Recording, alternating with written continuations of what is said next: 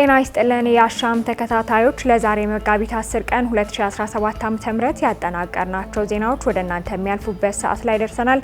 አስቀድመን ርዕሰ ጉዳዮቹን እንጠቁማችሁ።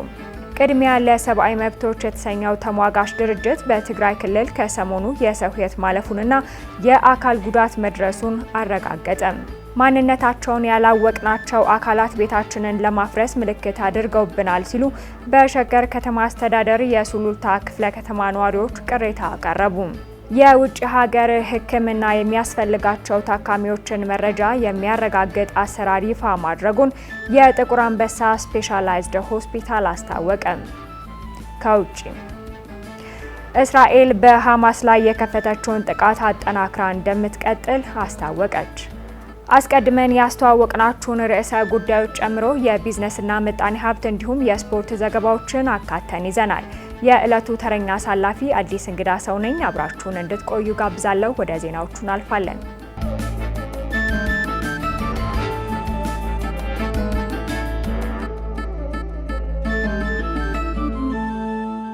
ቅድሚያ ለሰብአዊ መብቶች የተሰኘው ተሟጋች ድርጅት በትግራይ ክልል ከሰሞኑ የሰው ሕይወት ማለፉንና የአካል ጉዳት መድረሱን አረጋገጠም። በተጨማሪ በትግራይ ክልል የተለያዩ አካባቢዎች ሰዎችን በኃይል አፍኖ የማሰርና የማስፈራራት እንቅስቃሴዎች እንዳሉ፣ በአጠቃላይ እንቅስቃሴው አሁን ድረስ አሳሳቢ በሆነ ሁኔታ ቀጥሏል ብሏል። ኃይለ ገብርኤል ታደሰ።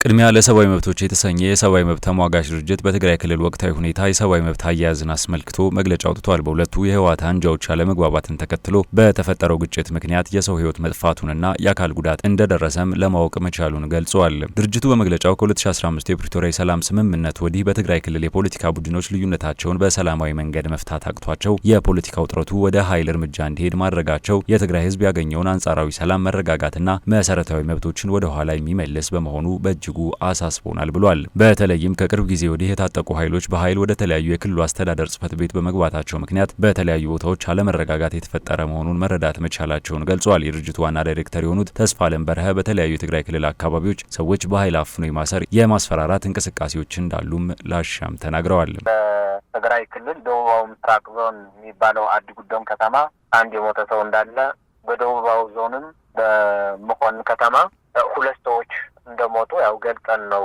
ያወጣ ነው ማለት ነው። ስለዚህ ይሄ መቆም እንዳለበት፣ የፖለቲካ ልዩነት ካለም በስምምነት በንግግር ማለቅ እንዳለበት እና በተለይ ደግሞ የሰብአዊ መብቶች ጥሰት ላይ በጣም ጥንቃቄ ማድረግ እንዳለባቸው እና ይሄንን ተላልፎ የሰብአዊ መብት ጥሰት የሚፈጽም አካል ካለ ወደፊት ከህግ ተጠያቂነት የማያመልጥ መሆኑን ይሄንን ገልጸን ያወጣ ነው። በተጨማሪም በመቀለ ከተማ በአንድ ወጣት ሰውነቱ ላይ ከባድ ግርፋት እንደደረሰበት ገልጸዋል። በአጠቃላይ እንቅስቃሴው አሁንም ድረስ አሳሳቢ በሆነ ሁኔታ መቀጠሉን በመግለጫው ላይ ተገልጿል።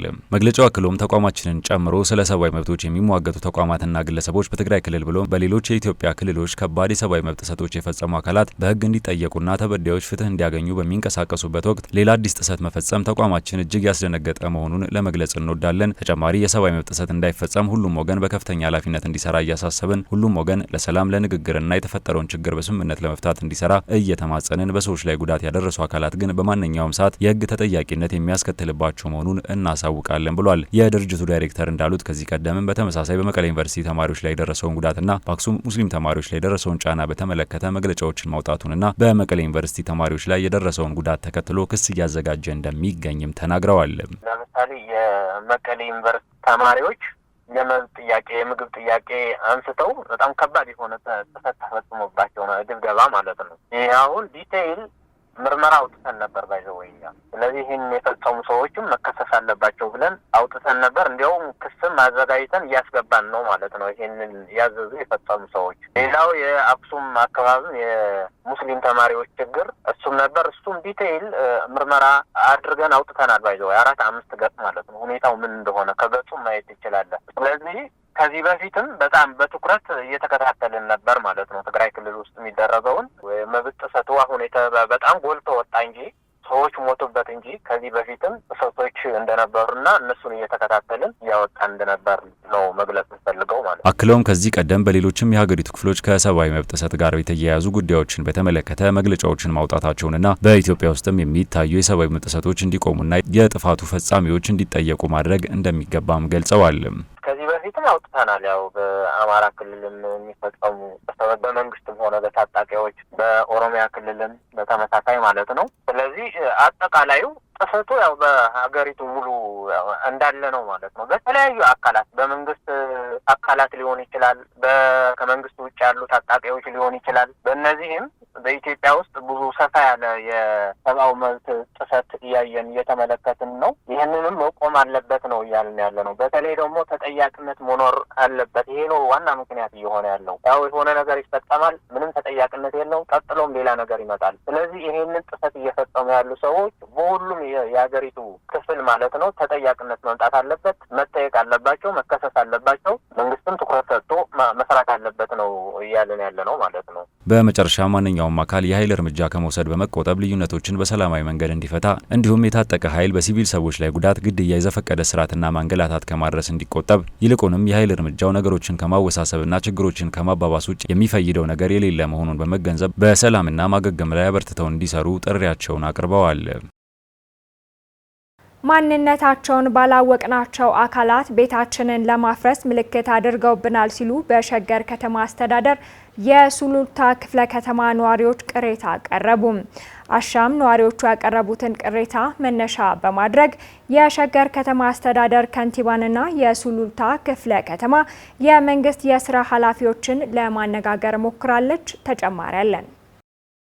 በ2015 ዓ.ም በአዲስ አበባ ከተማ ዙሪያ የሚገኙትን ከተሞች በአንድነት በማዋቀር የተቋቋመውን አዲሱን የሸገር ከተማን ተከትሎ ህገወጥ ናቸው የተባሉ በርካታ ቤቶች መፍረሳቸውና ነዋሪዎች ቤት አልባ መሆናቸውን በአዲስ አበባ ዙሪያ አዲስ በተዋቀረው ሸገር ከተማ አስተዳደር በሱሉልታ ክፍለ ከተማ ስር በሚገኘው መና አቡቹ 10 ኪሎ በሚባል ስፍራ የሚገኙ ነዋሪዎች ቤታችሁ ይፈርሳል ተብለን በሰቀቀን ውስጥ ነን ሲሉ የሚመለከተው አካል መፍትሄ እንዲሰጣቸው አቤቱታቸውን ለአሻም አሰምተዋል። ከዓመት በፊት አይፈርስም ተብለን ተረጋግተን ባለንበት ሁኔታ ዓመቱን ጠብቆ እንደሚፈርስ እየተነገረን ነው ያሉት ማንነታችን ለደህንነታችን ሲባል አይገለጽ ያሉት አስተያየት ሰጪዎቹ ሰሞኑን ቤታችንን በቀይ ቀለም ምልክት አድርገው በት ሄደዋል ሲሉ ሁኔታውን ያብራራሉ። በፊት ገወጥ ነው ምናምን ተብሎ መጥቶ ተለጥፎ ነበር። መጥቶ አስተዳደሩ ሁሉ ነገር አይቶ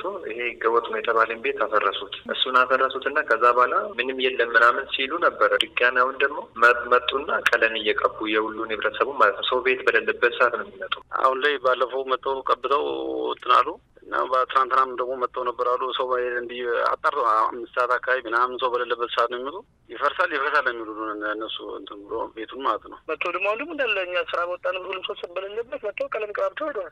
ለማና ቤት እንደምንል አናውቅም፣ ስንጠይቃቸው ምላሽ አይሰጡንም ያሉት ቅሬታ አቅራቢዎቹ ክረምት ሲቀርብ ነው እንዲህ አይነት ጉዳይ የሚነገረን ሲሉ ከዚህ ቀደም ቤቱ አይፈርስም ነገር ግን መክፈል አለባችሁ ያሉንን የተለያዩ ክፍያዎች ስንከፍል ነበር ይላሉ።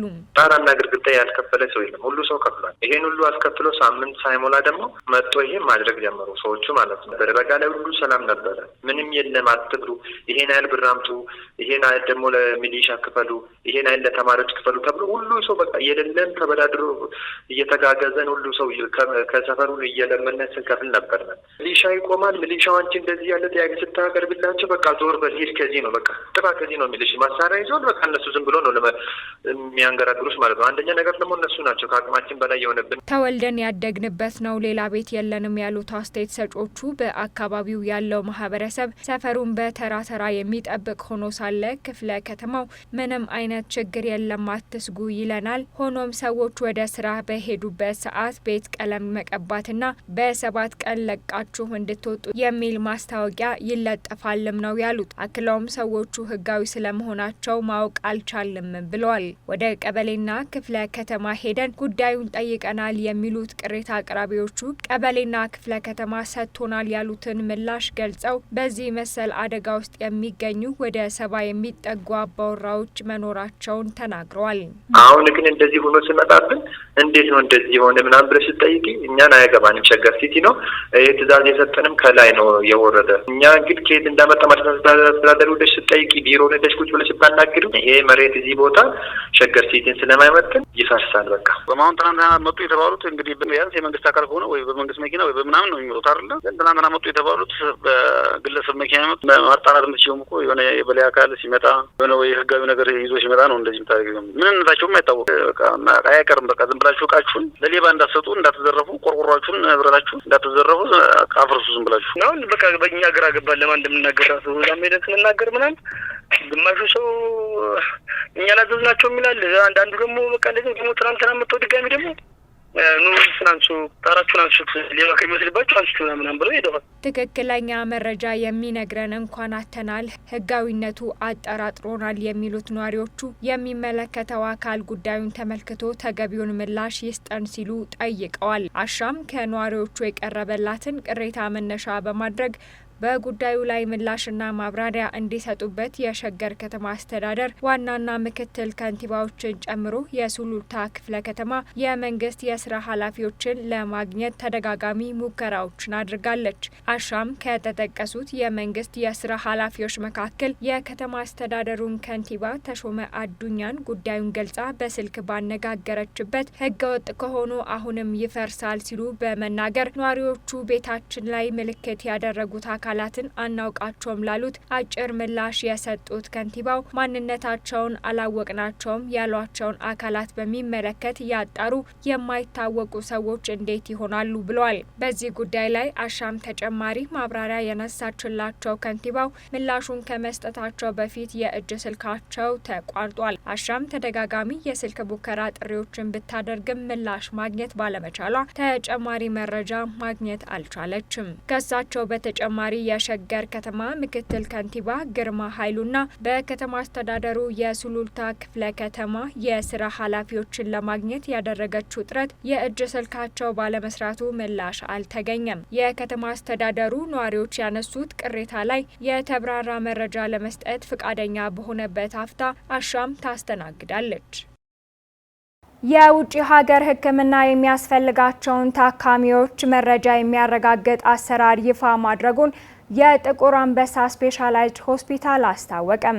አዲሱ በቴክኖሎጂ የታገዘ አሰራር በሆስፒታሉ ስም የሚሰሩ ሀሰተኛ የሕክምና ማስረጃዎችን ለማስቀረት እንደሚጠቅም የሆስፒታሉ ዳይሬክተር ዶክተር አብዱረዛቅ አህመድ ለአሻም ተናግረዋል። ብርሃን እሸቴ በኢትዮጵያ በጤናው ዘርፍ አገልግሎት በግንባር ቀደምትነት የሚጠቀሰው የጥቁር አንበሳ ስፔሻላይዝድ ሆስፒታል ተቋማዊ አሰራሩን በቴክኖሎጂ የተደገፈ ለማድረግ እየሰራ ይገኛል። ሆስፒታሉ በዋናነት ከሚሰጣቸው የሕክምና አገልግሎቶች ባሻገር ታካሚዎች በውጭ ሀገር ታክመው እንዲመጡ አስፈላጊውን ድጋፍ ሲያደርግ መቆየቱ ተገልጿል።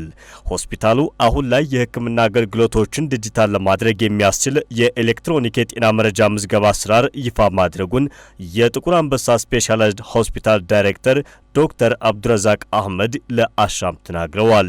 ህሙማን የውጭ ሀገር ሕክምና እንደሚያስፈልጋቸው የምናረጋግጥበት ዲጂታል አሰራር ነው ብለዋል። ጥቁር አንበሳ ስፔሻላይዝድ ሆስፒታል የሚሰጡ ሜዲካል ሰርቲፊኬቶችን ከወረቀት ነጻ በሆነ ከእጅ ንክኪ ነጻ በሆነ ወደሚመለከተው አካል የሚደርስበትን ዲጂታል የሆነ ሰርቲፊኬቶችን ሰርቶ ለተገልጋይ ማቅረብ ነው። አንዱና ትልቁ የዲጂታል የሆነ ሰርቲፊኬት መጠቀሚያ መንገድና አገልግሎት መስጫ መንገድ የሜዲካል ቦርድ ወይም ወደ ውጭ ሀገር ለሕክምና የሚሄዱ ህሙማንን ህመማቸው ወደ ውጭ ሀገር ሄደው መታከም እንዳለባቸው የምናረጋግጥበት ዲጂታል መንገድ ነው። ጤና ሚኒስቴር አጽድቆላቸው እንዲልክላቸው ትልቅ ጠቀሜታ ያለው ዶክመንት ነው። ከሆስፒታሉ ሲስተም ጋር የትም ሀገር ሆኖ ያ ነገር የተሰጠው ታካሚ ከዚህ ከጥቁር አንበሳ ሆስፒታል የተሰጠ መሆኑን የምናረጋግጥበት መንገድ በውስጡ ያለው ሰርቲፊኬት ነው። ይህ አሰራር እንደ ሀገር የመጀመሪያው ነው ያሉት ዶክተር አብዱረዛቅ የተሳሳቱ የሕክምና ማስረጃዎችን ለማስቀረት እንደሚጠቅም አብራርተዋል። ሌሎች የሕክምና ሰርቲፊኬቶች ላይም ተመሳሳይ አሰራር እንደሚተገበር ገልጸዋል። ይሄ ትልቅ ለውጥ ነው። እንደ ሀገርም የመጀመሪያው ነው። ታካሚዎችን ከብዙ እንግልት፣ ከብዙ ወረቀት ጠፋብኝ ያልጠፋብኝ ከሚል ከሌሎችም ነገሮች ከመጭበርበርም ያድናቸዋል። ሌላው ትልቁ የዚህ ሲስተም የዚህ ሰርቲፊኬት ሲስተም ትልቁ ጥቅም ፎርጀሪን የተሳሳቱ የተጭበረበሩ የቦርድ ሰርቲፊኬቶች በጥቁር አንበሳ ስፔሻላይዝድ ሆስፒታል ስም እንዳይወጡ ያረጋል። ለምን? በዛ ስም ማንም እንደዛ አይነት ሰርቲፊኬት መስራት ስለማይችል ማለት ነው። የዚህ ሲስተም ትልቁ ጥቅም ያ ነው። ሰዎችን ከእንግልት ያድናል። ታካሚዎች ወደሚመለከተው ክፍል በቀጥታ እንዲደርስላቸው የማድረግ ትልቅ አቅም አለው። እንዲሁም እንግዲህ በደረጃ በተዋረድ ሌሎች የሰርቲፊኬት አይነቶችም በዚሁ በኦንላይን መንገድ የምንሰጥበትን መንገድ እያበጀን ነው የምንሄደው። የኤሌክትሮኒክ የጤና መረጃ ምዝገባ በመረጃ መረብ ደህንነት ኤጀንሲ ወይም ኢንሳ ማረጋገጫ እንደተሰጠው ተናግረዋል። አገልግሎቱ በቀጣይ ሳምንት ሙሉ በሙሉ ወደ ስራ እንደሚገባ የሆስፒታሉ ዳይሬክተር ለአሻም በሰጡት አስተያየት አረጋግጠዋል። የኤሌክትሮኒክ ሄልዝ ሪከርድ ሲስተሙ በኢንሳ ተመርምሮ ሴፍ ነው ተጠቀሙበት ተብሎ ተፈቅዶልን በዩኒቨርሲቲ ወደ ኮሌጅ ተመርቶ ሆስፒታሉ ደግሞ ይሄንን ተግባራዊ እያደረገ የሚገኝበት ሁኔታ ነው ያለው። እንግዲህ ከሚቀጥለው ሳምንት ጀምሮ በሂደት ተግባራዊ እየተደረገ ይሄዳል። አሁን ያለው ሲኒየር ሐኪሙም ቢሆን ሚድ ካሪር የምንለው በመካከለኛ የሙያ ደረጃ ያለውምና ጁኒየሩም ይሄን ቴክኖሎጂ ለመጠቀም የሚያዳግተው ነገር የለም። ይሄንን አይቶ መተግበር ነው የሚጠበቀው። ከጤና ሚኒስቴር ጋር የምንናበባቸው ነገሮች አሉ። እነሱን አስተካክለን በአጭር ጊዜ ወደ ትግበራ ነው የምንሄደው። የደግሞ ምንም ጊዜ የሚወስድ ጉዳይ አይደለም። የጥቁር አንበሳ ስፔሻላይዝድ ሆስፒታል ይፋ ያደረገው አዲሱ ኤሌክትሮኒክ የጤና መረጃ ምዝገባ ስርዓት ስራዎችን ከማቅለል ባለፈ ለሆስፒታሉ ገቢ እንደሚያስገኝ ዳይሬክተሩ አብራርተዋል። ስማርት ትራቭል የተሰኘ ድህረ ገጽ ተጓዦች ወደ ኢትዮጵያ የተለያዩ አካባቢዎች እንዳይንቀሳቀሱ ሲል አስጠነቀቀም። ዓለም አቀፍ የጉዞ ጉዳዮችን በሚመለከት መረጃዎችን የሚያወጣው ስማርት ትራቭል ድህረ ገጽ በኢትዮጵያ በሚገኙ የትግራይና የአማራ ክልሎች እንዲሁም በሌሎች አካባቢዎች የጸጥታና የደህንነት ችግር ስላለ ሰዎች እንዳይጓዙባቸው ሲል ምክሩን ሰጥቷል።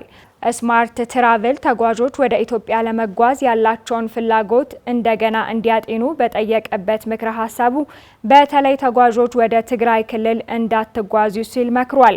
ድረገጹ ከጉዞ አንጻር በኢትዮጵያ ያለው የጸጥታ ሁኔታ ተለዋዋጭ መሆኑን ገልጾ በዚህም እርግጠኛ መሆን እንደማይቻል አስታውቋል። በዚህም ከዋና ዋና ከተሞች ውጪ ማንኛውም የመንገድ ጉዞ እንዳይደረግ ይመክራል ብሏል። ኢትዮጵያ ከኤርትራ፣ ሶማሊያ፣ ኬንያ፣ ደቡብ ሱዳንና ሱዳን ጋር ያላት ድንበሮች ከፍተኛ ስጋት ያለባቸው አካባቢዎች መሆናቸውንም ጠቁሟል። በኢትዮጵያ አንዳንድ አካባቢዎች በተለይም በኦሮሚያ ክልልና በሶማሊያ ክልል እንዲሁም ሀገሪቱ ደቡብ ሱዳንና ኬንያ የሚያዋስኗት አካባቢዎች ላይ ከፍተኛ የሆነ የአፈና ስጋት እንዳለ ጠቁሟል። አሻም በአዲስ አበባ የሚገኘውን የአውስትራሊያ ኤምባሲ ስማርት ትራቭል ድህረ ገጽን ልጥፍ በማህበራዊ ትስስር ገጽ ማጋራቱን መታዘብ ችላለች። በዚህ ጉዳይ ላይ ተጨማሪ ማብራሪያዎችን ለመጠየቅ ሪፖርተራችን ቴድሮስ ፍቅሩ የኢፌዴሪ የውጭ ጉዳይና የቱሪዝም ሚኒስቴርን ለማነጋገር ባደረገው ጥረት ምላሽ ባለመስጠታቸው አስተያየታቸውን ማካተት አልተቻለም። በሰሜን ሸዋ ዞን መንዝላሎ የመምህራን ደሞዝ ባለመከፈሉ ከትምህርት ገበታቸው እርቀው የሰነበቱ ከ15,000 በላይ ተማሪዎች መመለሳቸው ተገለጸ።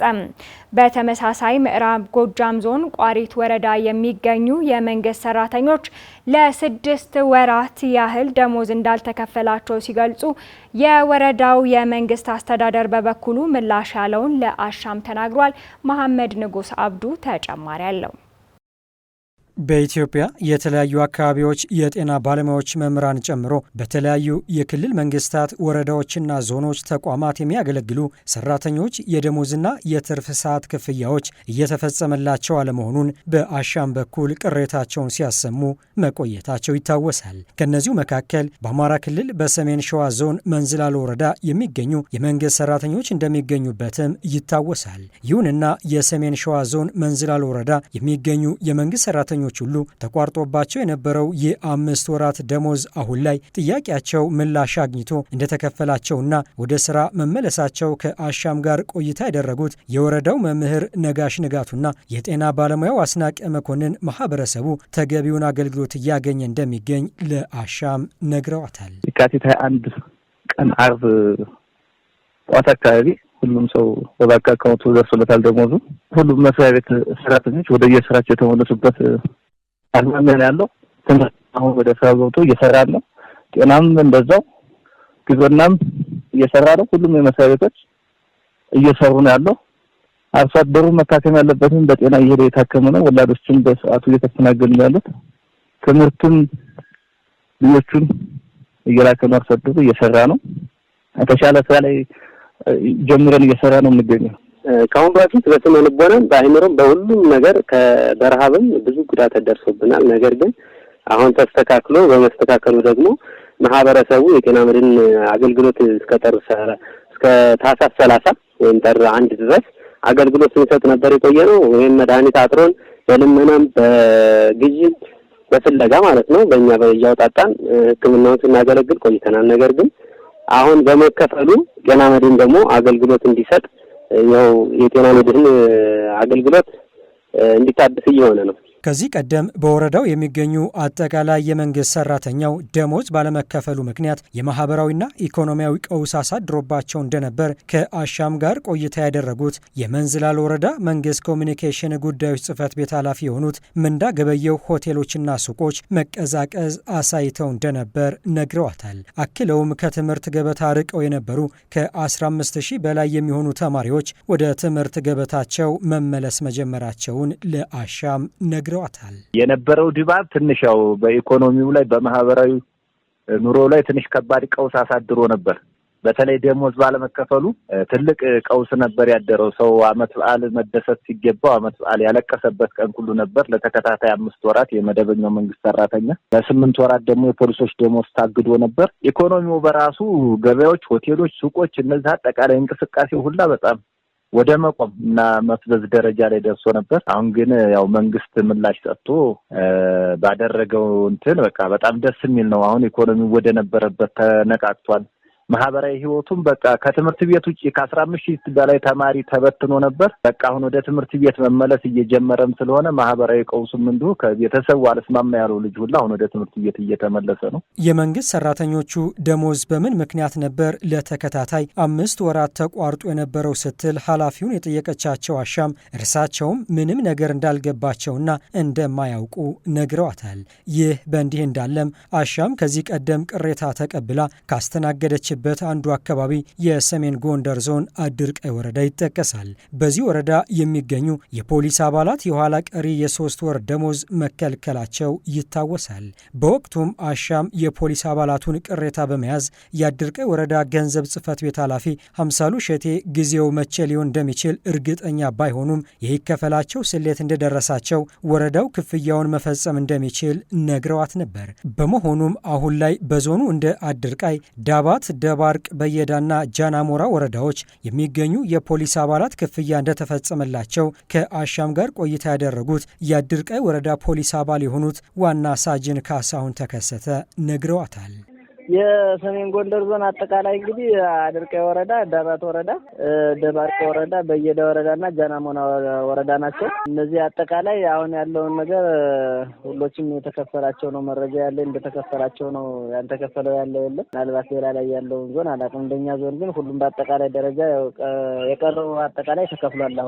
በሌላ በኩል በአማራ ክልል ምዕራብ ጎጃም ዞን ቋሪት ወረዳ የሚገኙ የመንግስት ሰራተኞች ለ6 ወራት ያህል ደሞዝ እንዳልተከፈላቸው በዛሬው ዕለት ቅሬታቸውን ለአሻም ያሰሙ ሲሆን አመራሮቹም አካባቢውን ጥለው ከሐምሌ ወር ጀምሮ ወደ ዞን ማምራታቸውና ምላሽ ማግኘት አለመቻላቸውን ነግረዋታል። የመንግስት ሰራተኛው ተርቦ ወረዳውን ጥሎ ወደ ተለያዩ የገጠር አካባቢዎች እየሸሸ እንደሚገኝም ገልጸዋል። ከአማራ ክልል ምዕራብ ጎጃም ዞን ቋሪት ወረዳ የ6 ወር ደሞዝ አጠቃላይ አልተከፈለንም። ከሐምሌ ጀምረው ነው ዞን ላይ ሄዱ። በስልክ ነው የምንጠይቃቸው። ዛሬ ነገ ነው የሚሉ በቃ የተለያየ ምክንያት ነው የሚደረድሩ እና አጠቃላይ በመሆኑ የተነሳ የመንግስት ሰራተኛ በጣም እየተራበ ነው። ወደ ገጠር ሁላ የስጋ ዝምድና ወዳለው እየሄደ ነው። በቃ ወደ ገጠሩ አካባቢ ከመቸገር የተነሳ አሻም በጉዳዩ ላይ ምላሽ እንዲሰጧት የቋሪት ወረዳ አስተዳዳሪ መኳንንት ወርቅነህ የጠየቀቻቸው ሲሆን እርሳቸውም የመንግስት ሰራተኞቹ የ6 ወር ደሞዝ አለመከፈሏም ነው፣ ለዚህ ምክንያቱ ደግሞ በሰላም እጦት እንደሆነ ተናግረዋል። አስተዳዳሪው አክለውም የወረዳው የመንግስት መዋቅር ወደ ፍኖተ ሰላም መዘዋወሩን ገልጸዋል። ልክ ነው። የመንግስት ሰራተኛው ደሞዝ ቆሟል። የቆመበት ዋናው ምክንያትም እንግዲህ አካባቢ ላይ በነበረው የጸጥታ ችግር ምክንያት የመንግስት መዋቅሩ ወደ ፍኖተ ሰላም ተንቀሳቅሶ ፍኖተ ሰላም ነው የቆየነ። ይሁንም እንጂ በወቅቱ እንደገባነ የ2 ወር ደሞዝ ሐምሌ 27 ነው የወጣ ነው። የሐምሌ የነሐሴና የመስከረም ወር ደሞዝ ከፍለናል። ያንን በምንከፍልበት ጊዜ ወረዳውን ለቀን እኛ እንደወጣነ በወቅቱ የሀገር መከላከያ ከወረዳው ሲወጣ እኛ ፖለቲካ አመራሮች አብረን ነው የወጣነ። አሻም የደሞዙ መቋረጥ ምክንያት ምንድነው? ለምንስ እንዲታገድ ተደረገ ስትል ዋና አስተዳዳሪውን የጠየቀች ሲሆን እሳቸውም ተከታዩን ምላሽ ሰጥተዋል። በአንድ በኩል መንግስት ደሞዝ እየከፈለ፣ በሌላ በኩል ደግሞ የታጠቀው ኃይል ለጥይት መግዣ መንግስት ሰራተኞቻችን ስለተከፈለ ምን እናድርግ ወደሚል ወደ በላይ አካል አሳወቅነ። አላግባብ የታጠቀ ኃይል ገቢ እየሰበሰበበት ስለሆነ ወደ ወረዳው እስክንገባ ድረስ ደሞዝ መታገድ አለበት የሚል እንደ ወረዳ መንግስትም ከበላይ አካል ጋር በመሆን ደሞዝ እንዲታገድ ሆኗል። በዚህ ምክንያት ልክ ነው የመንግስት ሰራተኞቻችን ጉዳት ደርሶባቸዋል። በመቀጠልም መፍትሄውና የሰራተኞቹ ቅሬታ እንዴት ነው ምላሽ ሊያገኝ የሚችለው በማለት አስከትላ የጠየቀቻቸው አሻም እያንዳንዱ የተቋማት ኃላፊዎች በስራቸው የሚገኙ ሰራተኞች ሰብስበው እንዲያወያዩና ወደ ስራ እንዲገቡ ለማስቻል አቅጣጫ መቀመጡን ተናግረዋል። በተጨማሪም ወደ መደበኛ ስራቸው ተመልሰው ደሞዛቸው እንዲወስዱ ስራ እየተሰራ ነው ብለዋል። በክልሉ ከ2015 ማብቂያ ጀምሮ የተከሰተው የትጥቅ ግጭት የክልሉ ማህበራዊና ኢኮኖሚያዊ እንቅስቃሴ መጉዳቱ የክልሉና የፌዴራል መንግስት በተለያየ መድረክና መግለጫዎች መግለጻቸው አይዘነጋም።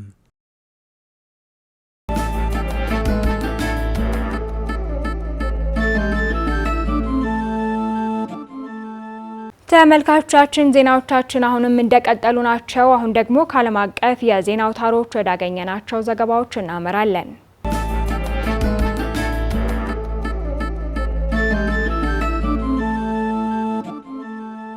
የሶማሊያ ፕሬዝዳንት በአልሸባብ ከተፈጸመባቸው የግድያ ሙከራ መትረፋቸው ተገለጸ። የሶማሊያ ፕሬዝዳንት ሐሰን ሼክ መሐመድ መኪና የፕሬዝዳንቱን ቤተ መንግስት ግቢ ለቆ ከወጣ በኋላ ብዙም ሳይቆይ የአጀባ መኪኖች በቦምብ ጋይተዋል ተብሏል። የተለያዩ የዓይን እማኞች እንደሚናገሩት ከሆነ በፍንዳታው የ3 ሰዎች ህይወት ሊያልፍ ችሏል። የዓይን እማኞች ይህንን ቢሉም በሰው ህይወት ላይ የደረሰው ጉዳት ይፋ መረጃ አልተገኘም ብለዋል ዘገባዎች። የመንግስት ምንጮች ግን ፕሬዝዳንቱ ምንም አይነት ጉዳት እንዳልደረሰባቸውና በአልሸባብ ላይ የሚካሄደው ወታደራዊ እንቅስቃሴ ለመከታተል ወደ ደቡብ ሶማሊያ ሚድል ሽብል ማቅናታቸውን አረጋግጧል። የፌዴራል ባለስልጣናትን የሚቃወመው አልሸባብ በመንግስትና በወታደራዊ ባለስልጣናት ላይ ያነጣጠረ የቦምብ ጥቃቶችን በተደጋጋሚ ያካሂዳል። እንደ አውሮፓውያን አቆጣጠር ከ2014 ወዲህ የሶማሊያ ፕሬዝዳንት በቀጥታ የግድያ ሙከራ ሲደረግባቸው ይህ ለሁለተኛ ጊዜ ነው ሲል አፍሪካ ኒውስ በዘገባው ጠቁሟል። ባለፉት ሳምንታት የሶማሊያ መንግስት የሶማሊያን ገጠራማ አካባቢዎች የመቆጣጠርና በአፍሪካ ቀንድ ውስጥ በሀገሪቷ ላይ ያለውን የመንግስት ቁጥጥር ስጋት ላይ የጣለውን አልሸባብ ለመዋጋት ጥረቱን አጠናክሮ ቀጥሏልም ብሏል። በኢስታንቡል የሚገኙ ተቃዋሚዎች የኢስታንቡል ከንቲባ መታሰር ለሀገሪቱ ዲሞክራሲ ውድቀት መሆኑን አስታወቁም። በኢስታንቡል የፖሊስ ዋና መስሪያ ቤት አቅራቢያ ያሉ ተቃዋሚዎች የፕሬዝዳንት ጣይር ኤርዶጋን ዋነኛ የፖለቲካ ተቀናቃኝና የኢስታንቡል ከተማ ከንቲባ ኤክሬም ኢማሞግሉ መታሰራቸው ለቱርክ ዲሞክራሲ ትልቅ ውድቀት ነው ሲሉ መናገራቸውን ሮይተርስ ዘግቧል። የቱርክ ባለስልጣናት ኢማሞግሉን ከዋና ተቃዋሚ ሪፐብሊክ ፒግልስ ፓርቲ ሙስናና አሸባሪ ቡድንን በመርዳት በሚል ክስ በቁጥጥር ስር ከዋሉ በኋላ በተቃዋሚዎች ዘንድ ተቃውሞ ማስነሳቱ ተመላክቷል። ተቃዋሚው ከታሰሩበት የፖሊስ ዋና መስሪያ ቤት ውጪ ከመቶ የሚበልጡ ሰዎች ተሰብስበው ከንቲባውን በመደገፍና ጸረ መንግስት መፎክሮችን አሰምተዋልም ተብሏል። በተጨማሪም ኤርዶጋን ከ2019 ጀምሮ በምርጫ ላይ 4 ጊዜ ያሸነፉት መሪ ድምጽ እየታፈነ ነው ብሏል በመፈክራቸው። ዛሬ የቱርክ ህዝብ ዲሞክራሲና ሀገራዊ ውዴታ የሚክዱ አካላት ላይ እንደገና አንድ ይሆናል ሲልም ተደምጧል። ኢክሬም ኢማሞግሉ እያደገ በህዝቡ ፊት እየበረታ ነው ሲሉ ተቃዋሚዎቹ ተደምጧል ብለዋል ዘገባዎቹም። ከንቲባው ከታሰሩ በኋላ ሁሉም ህዝባዊ ስብሰባዎች የተከለከሉ ሲሆን የጸጥታ ኃይሎች ወደ ፖሊስ ዋና መስሪያ ቤት የሚወስዱትን ጎዳናዎች በመዝጋት ተቃዋሚዎቹን ለመበተን ሞክረዋል ሲል የዘገበው ሮይተርስ ነው።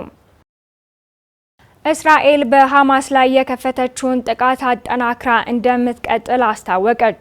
በሐማስ የታገቱ የእስራኤል ዜጎች እስኪለቀቁ ድረስ ሀገራቸው የከፈተችውን አዲሱን ጥቃት አጠናክራ እንደምትቀጥል ጠቅላይ ሚኒስትር ቤንያሚን ኔታንያሁ ተናግረዋል። ናትናኤል በላይነህ የእስራኤሉ ጠቅላይ ሚኒስትር ቤንያሚን ኔታንያሁ በጋዛ ውስጥ በተካሄደው ጦርነት በርካታ ጉዳት ያስከተለውን የአየር ድብደባ ገና ጅምር ነው ሲሉ ተደምጠዋል። እስራኤል የጦርነት ዓላማዋን እስክታሳካ ድረስ አዲሱ ጥቃት እንደሚቀጥል ቃል ገብተዋል። ሐማስን ማውደምና በታጣቂ ቡድኑ የተያዙትን ሁሉ ነፃ ማውጣት የሚሉት ዋነኛ ዓላማዎች እንደሆኑም ሲናገሩ ቆይተዋል ተብሏል። ወደፊት የተኩስ ማቆም ድርድር የሚታሰበው በመካሄድ ላይ ባሉ ግጭቶች መካከል ነው ሲሉ ኔታንያሁ ገልጸዋል። ሐማስ ባለፉት 24 ሰዓታት ውስጥ የኃይላችንን ጥንካሬ ተሰምቶታል ያሉት ጠቅላይ ሚኒስትሩ ለእናንተና ለነሱ የጅምር ብቻ ነው ሲሉ ለተመልካቾች ተናግረዋል። ከመከላከያ ሚኒስትሩ ጋር በመሆን የእስራኤል የመከላከያ ሰራዊት በሐማስ ላይ የሚደረገውን ውጊያ አጠናክሮ እንዲቀጥል ምክር ሀሳብ ደርሶኛል። ካሁን ጀምሮ እስራኤል በከፍተኛ ፍጥነት በሐማስ ላይ እርምጃ ትወስዳለች እና ካሁን በኋላ ድርድር የሚካሄደው በውጊያ ውስጥ ብቻ ነው። ሐማስ ባለፉት 24 ሰዓታት ውስጥ ኃይላችን ምን ያህል እንደሆነ በደንብ ተሰምቶታል። ላረጋግጥላችሁ የሚፈልገው ደግሞ ይህ ገና ጅምር መሆኑን ነው። የጦርነቱን ግቦቻችንን እስከምናሳካ ድረስ መዋጋታችንን እንቀጥላለን።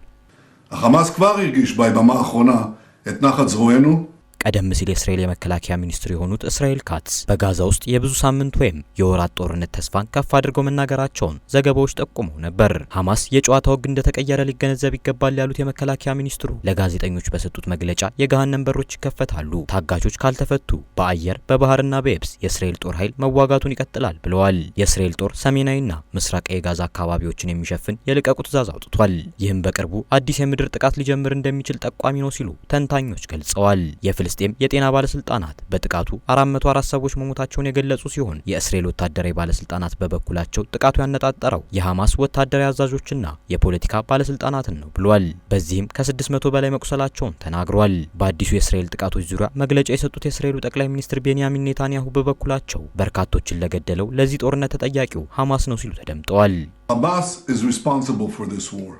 ለዚህ ጦርነት ተጠያቂው ሐማስ ነው። ከተሞቻችንን ወሯል፣ ዜጎቻችንን ገድሏል፣ ሴቶቻችንን ደፍሯል። እናም የምንወዳቸውን ሰዎች አግቶ ወስዷል። ታጋቾችን እንዲለቅ የቀረበለትን የጥያቄ ናዳ ሳይቀበል ቀርቷል። እስራኤል ባለፉት 2 ሳምንታት ሐማስ አቅጣጫውን ይቀይራል በሚል ምንም አይነት ወታደራዊ እርምጃ አልወሰደችም። ያ ግን አልሆነም። ለዚህ ነው በሐማስ ላይ የሚወሰደውን ወታደራዊ እርምጃ እንዲታደስ የፈቀድኩት። This is why I authorized yesterday the renewal of military action against Hamas. የጋዛ የእርዳታ ባለስልጣናት በመቶዎች ምናልባትም በሺዎች የሚቆጠሩ ሰዎች የእስራኤልን የመልቀቂያ ትዕዛዝ ለማክበር በእንቅስቃሴ ላይ መሆናቸውን ተናግረዋል። በጋዛ ውስጥ አንድ የእርዳታ ባለስልጣን በአሁኑ ሰዓት በጋዛ ምንም አይነት ጥንካሬና ተስፋ አይታይም ሲሉ ለዘጋርዲያን ተናግረዋል። በዋሽንግተን የነጩ ቤተ መንግስት ቃል አቀባይ ካሮሊን ሌቪት እስራኤል ጥቃቱን ከማድረጓ በፊት የአሜሪካን አስተዳደር አማክራለች ማለታቸውም የሚታወስ ነው። በሰሜን ጋዛ በዲር አል-ባላህና በካን ዩኒስ ማዕከላዊ ከተሞች ላይ ጥቃት መፈጸሙም ተነግሯል። በራፋ በተፈጸመ አንድ ጥቃት 17 የአንድ ቤተሰብ አባላት መሞታቸውም ተዘግቧል። ከሟቾቹ መካከል 5 ህጻናትና ወላጆቻቸው እንደሚገኙበት የሕክምና ባለሙያዎች ተናግረዋል። የወታደራዊ ቃል አቀባይ ሌተናል ኮሎኔል ናዳቭ ሾሻኒ ሐማስ የእስራኤልን ሲቪሎች ወይም ወታደሮችን ለመያዝና ለመግደል አዲስ ወረራ ማቀዱን ካወቀች በኋላና ሐማስ በጋዛ ውስጥ ከነበሩት 59 19 ታጋቾች የበለጠ ለመልቀቅ ፈቃደኛ ባለመሆኑ በጥር ወር ስራ ላይ የዋለውን የተኩስ አቁም ስምምነት በማፍረስ ጥቃት መፈጸሟን ተናግረዋል። ሐማስ ሌላ መንገድ ሊመርጥ ይችል ነበር። ሁሉንም ታጋቾችን መልቀቅ ይመርጥ ነበር። ነገር ግን እምቢተኝነትን፣ ሽብርና ጦርነትን መርጧል ሲሉ ቃል አቀባዩ በመግለጫው ተናግረዋል። የኔታንያሁ ጽህፈት ቤት ሐማስ የዶናልድ ትራምፕ የመካከለኛው ምስራቅ ልዩ መልእክተኛ ስቲቭ ዊትኮፍ የተኩስ አቁሙን ለማራዘም ያቀረቡትን ሐሳብ ውድቅ ማድረጉን ተናግሯል። ሐማስ እስራኤል በጥር ወር የተስማማችበት ስምምነቱ በታቀደበት ሁለተኛው ምዕራፍ ላይ ብቻ ቢሆንም ከዚያን ጊዜ ጀምሮ ለመወያየትም ሆነ ለመተግበር ፈቃደኛ አልሆነችም ብሏል። በተያዘው ሁለተኛ ደረጃ የተኩስ አቁም እስራኤላውያን ከጋዛ ሙሉ በሙሉ መውጣት፣ ታጋቾችን በሙሉ መልቀቅ የጦርነቱ መቋጫ ሊሆንም ታቅዶ ነበር። Israel does not target Palestinian civilians. እስራኤል ሰላማዊ ፍልስጤማውያንን ኢላማ አታደርግም። ኢላማ የምናደርገው የሐማስ አሸባሪ ነው። እነዚህ አሸባሪዎች በንጹሃን ዜጎች ሲደበቁ ደግሞ ለሚደርሰው ጉዳት ተጠያቂ የሚሆኑት ራሳቸው ናቸው። ፍልስጤማውያን ከሐማስ ጋር ምንም አይነት ግንኙነት ማድረግ የለባቸውም። ለፍልስጤም ሕዝብም ማስተላለፈው መልእክት ቢኖር ከግጭት ቀጠና አውጡና ወደ ተሻለ ቦታ ሂዱ። ምክንያቱም እያንዳንዱ የንጹሃን ሞት አሳዛኝ ነው። የእያንዳንዱ ንጹሃን ሞት ተጠያቂው ደግሞ ሐማስ ነው። Because every civilian casualty is a tragedy. And every civilian casualty is the fault of Hamas. የተባበሩት መንግስታት ድርጅት የጸጥታው ምክር ቤት እስራኤል የጋዛን ጥቃት መቀጠሏን ተከትሎ አስቸኳይ ስብሰባ ጠርቶ ብዙ ዲፕሎማቶች ጥቃቱን በማውገዝ ወደ ተኩስ አቁም በአስቸኳይ እንድትመለስ አሳስበዋል። ይህ በእንዲህ እንዳለ የእስራኤል ተቃዋሚ መሪና የቀድሞ ጠቅላይ ሚኒስትር ያየር ላፒድ ህዝቡ በጋዛ ጦርነት ከቀጠለ በኋላ የኔታንያሁ መንግስት ቀይ መስመሮች የሉትም በማለት በመወንጀል ሰልፍ እንዲወጣ ጠይቀዋል። በሺዎች የሚቆጠሩ እስራኤላውያንም ትላንት ማምሻውን ጀምሮ የቴል አቪቭ አደባባይን በመሙላት መንግስት የታጋቾችን የስምምነት ድርድር እንዲቀጥል ጠይቀዋል። ዝርዝር ዘገባውን ስናዘጋጅ አልጀዚራ፣ ዘጋርዲያን እና ዘኒውዮርክ ታይምስን በእማኝነት ተጠቅመናል። ለዛሬ ያዝናቸው ዜናዎች ከመጠናቀቃቸው በፊት ርዕሰ ጉዳዮቹን እናስታውሳችሁ። ቅድሚያ ለሰብአዊ መብቶች የተሰኘው ተሟጋች ድርጅት በትግራይ ክልል ከሰሞኑ የሰው ሕይወት ማለፉንና የአካል ጉዳት መድረሱን አረጋገጠ። ማንነታቸውን ያላወቅናቸው አካላት ቤታችንን ለማፍረስ ምልክት አድርገውብናል ሲሉ በሸገር ከተማ አስተዳደር የሱሉልታ ክፍለ ከተማ ነዋሪዎች ቅሬታ አቀረቡ። የውጭ ሀገር ሕክምና የሚያስፈልጋቸው ታካሚዎችን መረጃ የሚያረጋግጥ አሰራር ይፋ ማድረጉን የጥቁር አንበሳ ስፔሻላይዝድ ሆስፒታል አስታወቀ።